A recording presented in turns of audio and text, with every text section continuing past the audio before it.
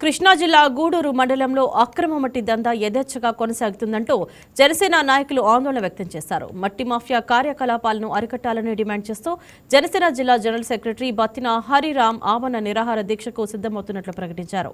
గూడూరు మండలంలోని అనేక పంచాయతీల్లో మట్టి మాఫియా కార్యకలాపాలు యథేచ్ఛగా కొనసాగుతున్నాయని ఆరోపించారు. అక్రమ మట్టి తవ్వకాలపై అధికారులకు ఎన్నిసార్లు ఫిర్యాదు చేసినా కనీస స్పందన లేదని విమర్శించారు. సమస్య పరిష్కారానికి అధికారులు చర్యలు తీసుకోకపోవడంతో తాను ఆమరణ నిరాహార దీక్షకు సిద్ధమయ్యారని తెలిపారు. గత కొన్ని నెలలుగా గూడూరు మండలంలో కొనసాగుతున్న అక్రమ మట్టి దందాను అరికట్టాలని డిమాండ్ చేస్తూ ఇవాల్టి నుంచి జనసేన నాయకులు ఆమరణ నిరాహార దీక్ష చేపట్టనున్నట్లు ప్రకటించారు.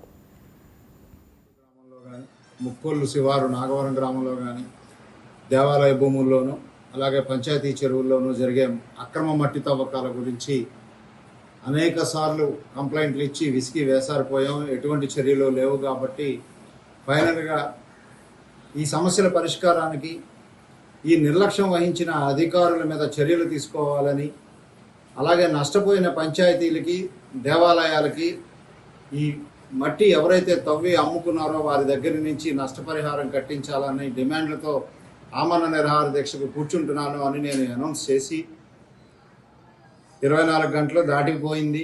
ఇది 3వ రోజు కూడా వస్తుంది.